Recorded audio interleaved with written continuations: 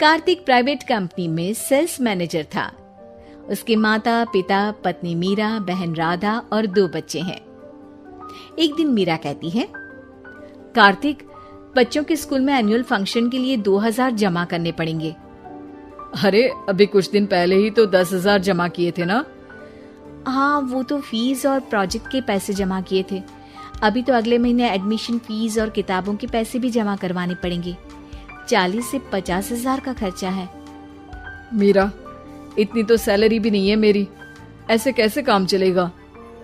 तो मैं क्या करूं? बच्चे को सरकारी स्कूल में डाल दूं? मीरा, तुम जानती हो ना, मैं मुश्किल से 35 से 40 हजार ही कमा पाता हूँ। इस घर के खर्चे दिन ब दिन बढ़ते जा रहे हैं, थोड़ा कंट्रोल करो ना। क्या खाना और कपड़े पहनना भी बंद कर दूं? मैं ऐसा नहीं कह रहा हूँ मीरा। तुम जानती हो राधा का भी पोस्ट ग्रेजुएशन पूरा होने वाला है। घर के खर्चों के साथ उसकी शादी की जिम्मेदारी भी उठानी है। मेरे बच्चों की पढ़ाई से ज्यादा इम्पोर्टेंट राधा की शादी है, तो करो जो मन में आए। मैं बोझ लगती हूँ तो मैं बच्चों के साथ अपने मायके चली जाती हूँ। तुम्हारी सारी मुसीबतें ही खत्म हो जाएगी। मीरा, मुझसे बहस मत करो। सुबह सुबह ऑफिस जाने के टाइम पर ही कलेश करके दिन मत खराब करो। इतना बोलकर कार्तिक वहां से चला जाता है। तभी, कार्तिक बेटा, ऑफिस जा रहे हो? मेरी दवाइयां लेते आना। और बेटा, बिजली का भी बिल 2 महीने से जमा नहीं हुआ, इसे भी आज जमा करवा देना। जी पिताजी, लाइए बिजली का बिल। 4,600 रुपए बिजली का बिल आया है। माँ, मीरा, राधा, कितना ज्यादा बिल आया है। भैया, ये 2 महीने का बिल है और मैं तो सिर्फ फोन चार्ज करती हूँ। अरे बेटा, मैं तो गीजर से पानी गर्म करने के अलावा मेरे कमरे में एक पंखा और एक लाइट ही तो जलते हैं। मीरा, तो फिर इतना बिल कैसे आया? हाँ, सारा इल्जाम मेरे पर ही लगा दो ना। भाभी, आप भी तो एसी चलाती हो, उससे भी बिजली का बिल बहुत ज्यादा आता है ना। एसी मेरे मायके से आई है और वो भी अब सबकी आंखों में खटकने लगी है। मीरा, अपना मुंह बंद करो और आज के बाद तुम एसी नहीं चलाओगी। माँ, आप भी अपना पानी धूप में गर्म करके नहाया करो। कार्तिक ये कहकर घर से ऑफिस के लिए निकल गया। घर से कुछ आगे जाते ही उसकी गाड़ी पंचर हो गई। कार्तिक को पंचर बनवाकर ऑफिस पहुंचने में लेट हो गया। बॉस ने कार्तिक को अपनी कैबिन में बुलाया। may I come in, sir? Come in. बहुत लेट हो तुम।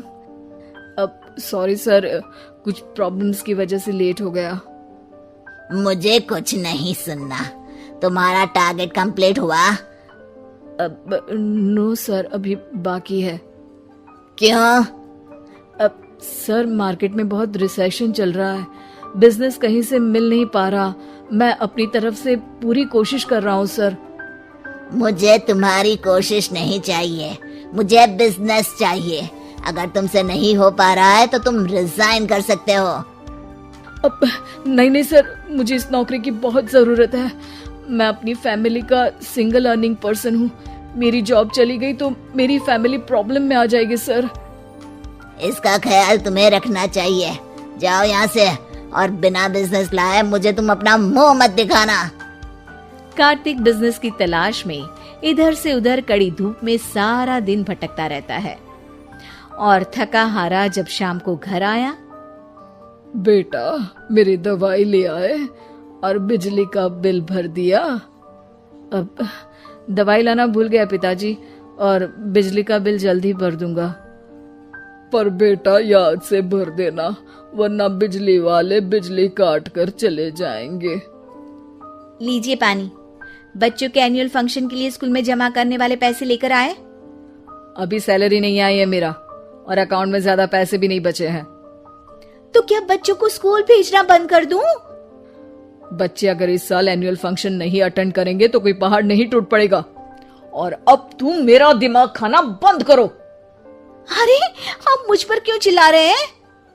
कार्तिक गुस्से में घर से बाहर चला जाता है। अब मीरा रोने लगती है।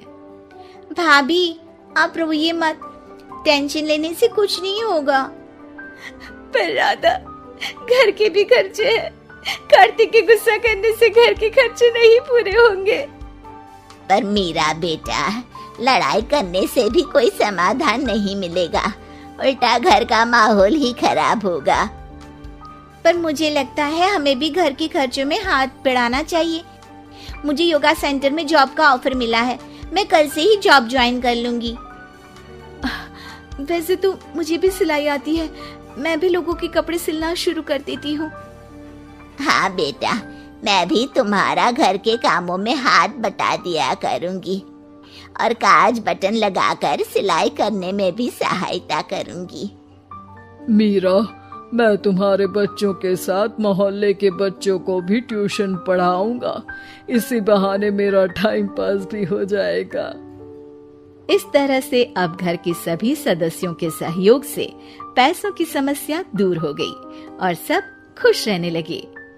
इससे हमें सबक मिलता है कि एकता में कितनी ताकत होती है।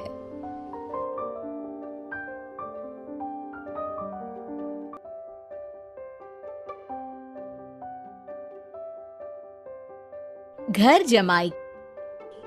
विकी को हमेशा किस्मत ने उसकी मेहनत से ज्यादा दिया। पैदा हुआ एक बड़े घर में, मुंह में चांदी की चम्मच लेकर, और शादी भी की एक उससे भी बड़े घर में, सोने की चम्मच मुंह में लेकर। उसे मेहनत करने का शौक नहीं था, एक शौक था, वो भी घटिया शायरी करने का। उसकी हर बात शायराना ही होती थी। जैसे कि एक दिन, दूर से देखा तो चांद पे दाग था, दूर से देखा तो चांद पे दाग था, पास से देखा साबुन का छाग था। ठोको ताली। अरे ऐसी शायरी करोगे तो ताली तो पता नहीं, कोई तुमको ही ठोक देगा। शायरी वो बिल्ली है जो किसी का भी रास्ता रोक दे, और क्या मैं किल हूँ जो कोई मुझे ठोक दे। मुझे तो आपसे बात ही नहीं करनी। मैं निकला था गाड़ी लेके, लेकिन दौड़ के जा रहा हूँ। मेरी शायरी कोई नहीं सुनता, मैं घर छोड़ के जा रहा हूँ। धीरे बोलिए जी, मम्मी पापा को पता चल जाएगा तो तुमको सच में तुम्हारे मायके भेज देंगे।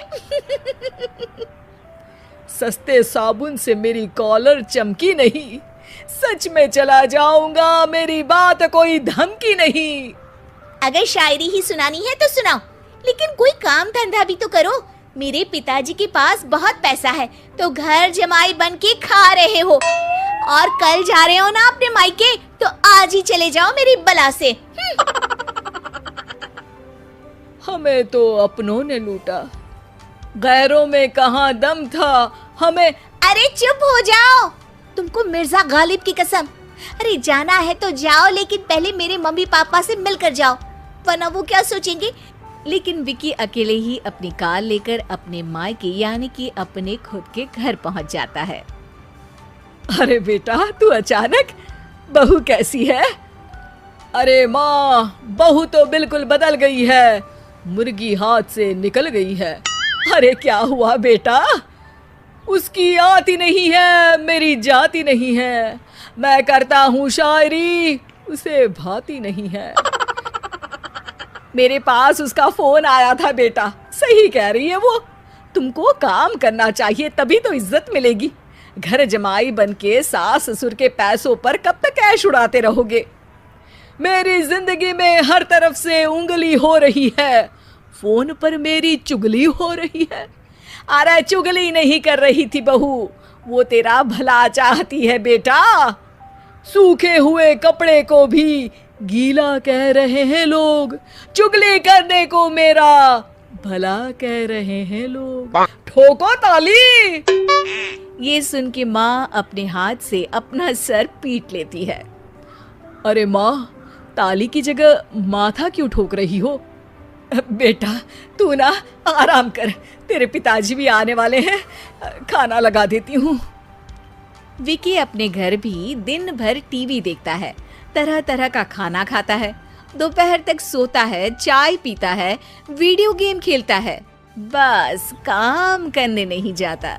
घर में नौकर चाकर है तो बिस्तर से हिलने तक की जरूरत नहीं पड़ती। कई बार तो विकी अपने नौकरों को बिठाकर शायरी सुनाता रहता। कब जाओगे बेटा? अरे कैसी बात कर रहे हैं डैडी, क्या आप मेरे फादर नहीं? आप मुझे भगाना चाहते हैं क्या? ये मेरा घर नहीं। अरे नहीं बेटा, तुम्हारा ही घर है। हम तो चाहते थे कि तुम यहीं रहो और मेरा काम आगे बढ़ाओ, लेकिन तुम ही चले गए घर जमाई बनने। अरे मेहनत तो गधे भी करते हैं। मैं अच्छी किस्मत लेके पैदा हुआ हूँ। मैं घर जमाई हूँ, ससुराल का फूल गेंदा हुआ हूँ। ठोको ताली। पिताजी और माँ सच में ताली बजा देते हैं। ऐसा पहली बार होता है जब विकी की शायरी पर किसी ने ताली बजाई हो। अरे आप लोग सच में ताली बजा रहे हैं? हाँ बेटा, तुम्हारे ससुर का फोन आया था। बोला जब तक घर जमाई जी कोई काम ना करने लगे हमारे यहाँ मत भेजना। अब तू तो काम करने से रहा और तुझे रहना भी है हमारे घर में ही, करेगा भी शायरी ही, और बार बार ठोको ताली बोलेगा तो आदत डाल ही लेते हैं ताली ठोकने की। विकी उसी वक्त खड़ा होता है और बहुत गुस्से में सीधे ससुराल के लिए निकल जाता है। फिर से आ गए? लेकिन सुमन को देखते ही विकी पिघल जाता है। अब सुमन, आई एम सॉरी। आज से ना मैं सिर्फ शायरी ही नहीं बल्कि काम भी करूँगा। तुम अपने ऑफिस में बात कर लेना, कोई भी मेहनत का काम कर लूँगा। मैं घर जमाई बन के रहूँगा लेकिन काम करूँगा और इज्जत से रहूँगा। मतलब सिर्फ तुम नहीं आए हो, तुम्हारे साथ तुम्हें अकल भी आ गई है। मैं अपने कारखाने का मैनेजर बनाता हूँ तुमको। कल से मेरे साथ चलना वहाँ। थैंक यू ससुर जी। थैंक यू से काम नहीं चलेगा, एक शायरी सुनानी पड़ेगी। है? जरूर। ससुर के पास पैसा होते भी मेहनत जिसको भाई है वही सच्चा दामाद है, वही अच्छा घर जमाई है। ठोको ताली। सब विकी की शायरी पर ताली ठोक देते हैं। शिक्षा: जब किस्मत आपको बहुत सारा दे दे तो उसकी कद्र करनी चाहिए और मेहनत करना कभी नहीं भूलना चाहिए।